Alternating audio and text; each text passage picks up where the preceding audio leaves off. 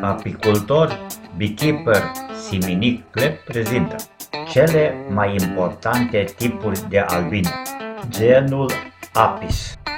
Specia Albina melliferă vestică, Albina melliferă europeană, Apis mellifera. Răspândire: originară din Europa, vestul Asiei și Africii. În jurul anului 1600 a fost introdusă în America de Nord împreună cu alte subspecii europene. Descriere: în general, Apis mellifera au pe abdomen dungi de culoare roșie sau maro cu negru și inele de culoare galbenă și portocalie.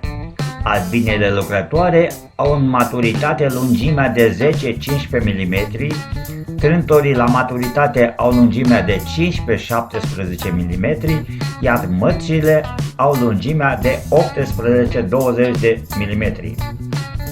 Dezvoltare: ou, larvă, nimfă, adult.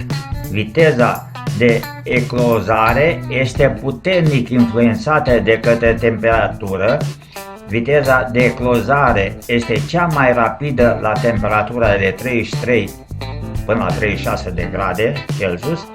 Ouăle de Apis mellifera eclozează în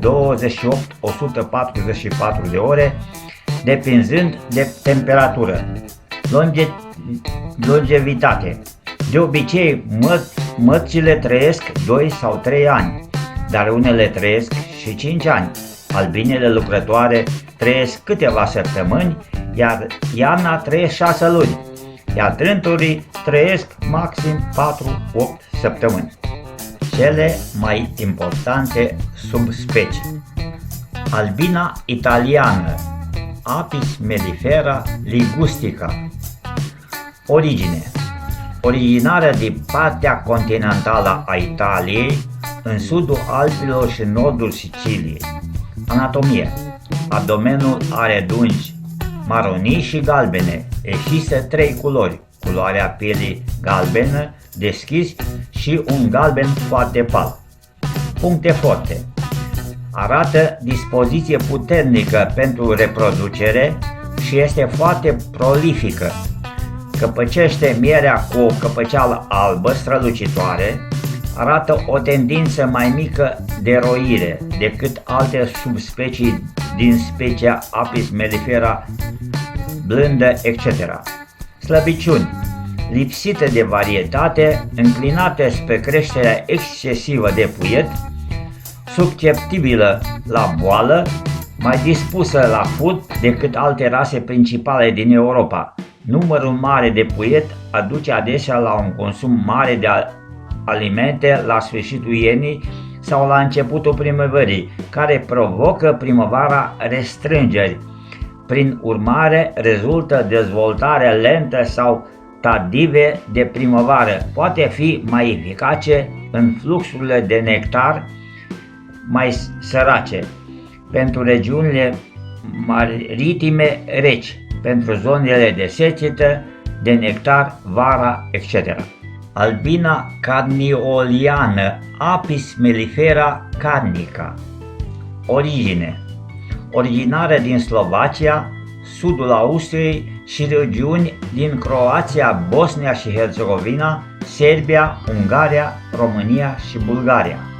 Calități: este favorizată în rândul apicultorilor din mai multe motive, nu în ultimul rând fiind capabilă să se apere cu succes insectelor dăunătoare și în același timp are un comportament extrem de blând față de apicultori, etc. Anatomie: albinele carnioliene sunt aproximativ de aceeași mărime ca și albinele italiene, dar ele se deosebesc fizic prin culoarea lor, în general de un maro gri închis care se află pe dungi. Chitina lor este închisă, dar este posibil să le găsiți cu o chitină de un maro mai deschis pe inele. De asemenea, ele mai sunt cunoscute și ca albinele gri. puncte forte. Poate fi ținută în locuri populate,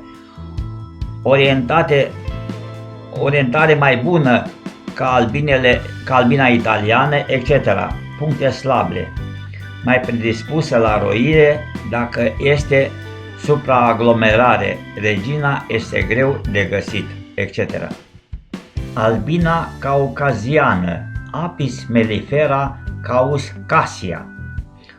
Origine. Provine din văile înalte ale Caucazului Central, este găsită predominant în Georgia, dar poate fi găsită și în estul Turciei, Armenia și Azerbaijan.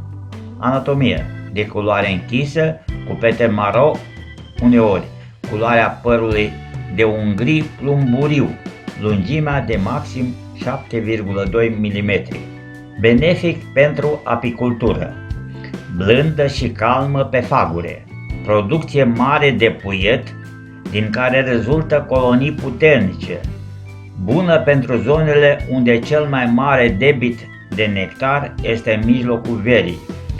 Foarte mare utilizare de propolis în zona sa naturală, este un producător mai bun decât albina neagră europeană. Dezavantaj pentru apicultură. Gestionare dificilă a stupilor, sensibilă la nosema, etc. Albina georgiană, Apis mellifera demipes. Răspândire.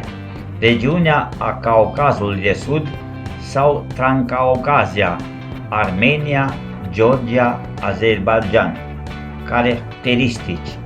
Este o subspecie de la care se adună dificil informații, trebuie izolată de Apis mellifera armenica în munții din jurul regiunii Kars din Turcia, la granița dintre Turcia și regiunea de frontieră Armenia, a cărui climă este caracterizată prin veri calde și ierni lungi și reci.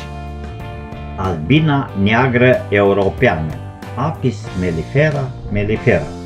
Răspândire.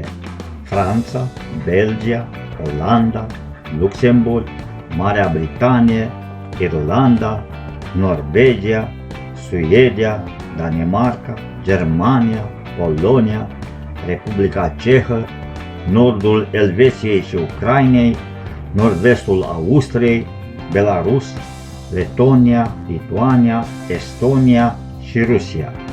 Caracteristici. Rezistență deosebită la gerurile iernii, tendință redusă de roit, tendință sporită de apărare împotriva intrușilor, volum mare de polen colectat, speranță mare de viață a albinilor, inclusiv a reginei, capacitate de a zbura pe distanțe mari.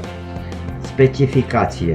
Este singura albină indigenă din Europa Centrală. Albina spaniolă, Apis mellifera iberiensis. Distribuție. Se găsește în partea de nord și vest a regiunii în care se trece din Zaragoza și Barcelona în peninsula iberică. Anatomie. Are mărimea corpului asemănătoare cu restul subspeciilor europene, cu aripile mai înguste și cu abdomenul mai larg. Are o culoare de maro închis, aproape negru. Albinele sunt de culoare neagră, aproape uniformă. Comportament.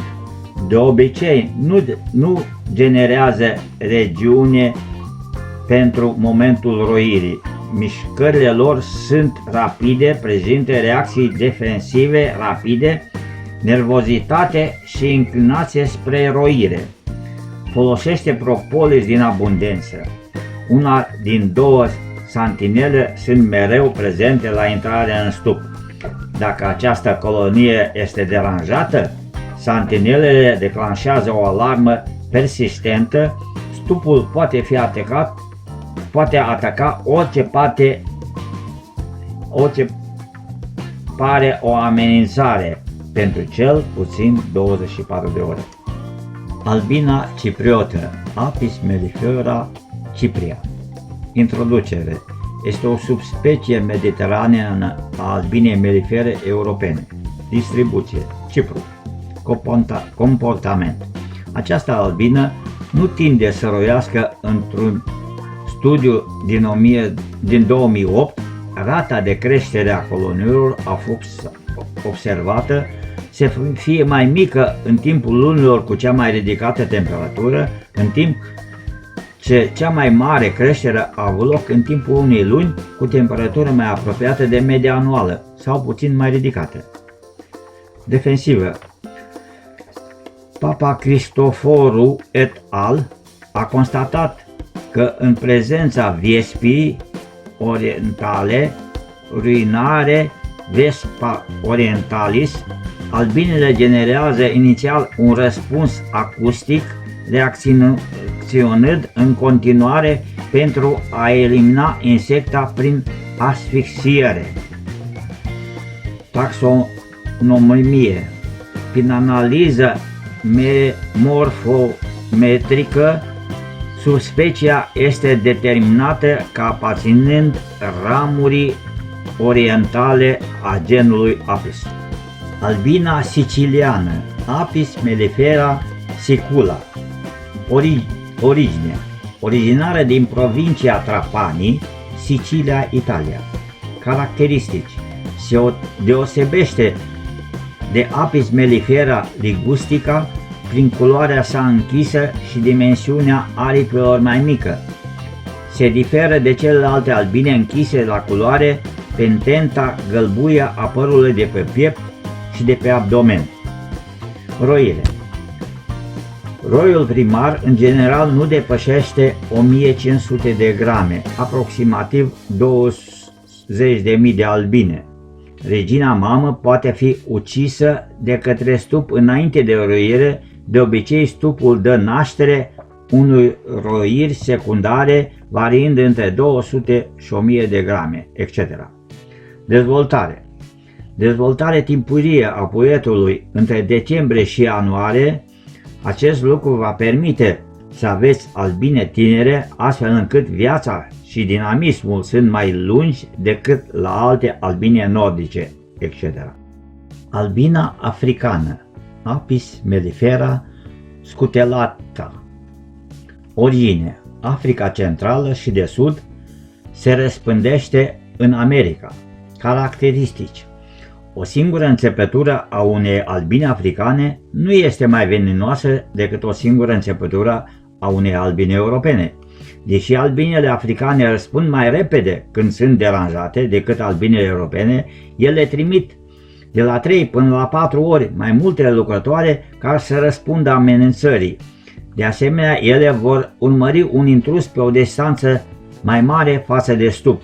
Deși au murit oameni ca urmare a 100-300 de înțepături, se estimează că doza letală medie pentru un adult este de 500-1100 de înțepături.